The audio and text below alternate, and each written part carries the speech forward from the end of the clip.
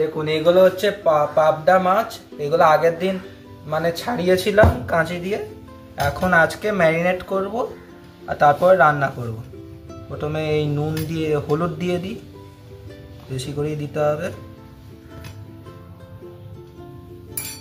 নুন দিয়ে দিই,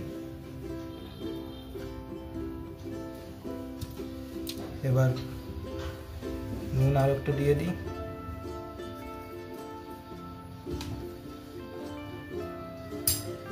এবার মাখিয়ে নিই ভালো করে মাছগুলো।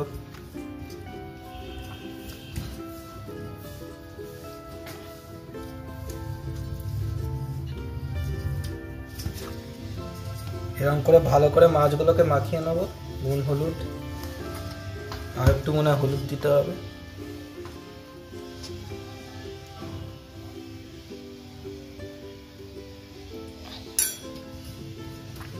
এরকম করে হলুদ ভালো করে মাখিয়ে নেব মাছে।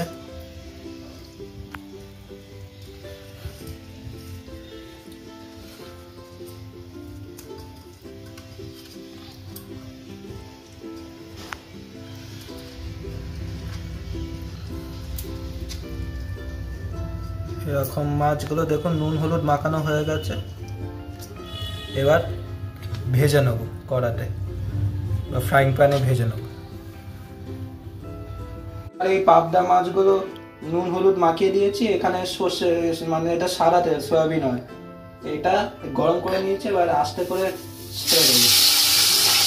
আর এই মাছ ভীষণ এরকম করে তাই জন্য ঢাকা দিয়ে দেবো। ঢাকা দিয়ে আস্তে আস্তে রান্না করবো, মানে ভাজবো। এটা একটা ঢাকা দিয়ে দিলাম, এরকম আস্তে আস্তে কিছুক্ষণ এইগুলো সব ভেজে নেব। দেখুন এই পাবদা মাছের ঝাল করা হয়ে গেছে।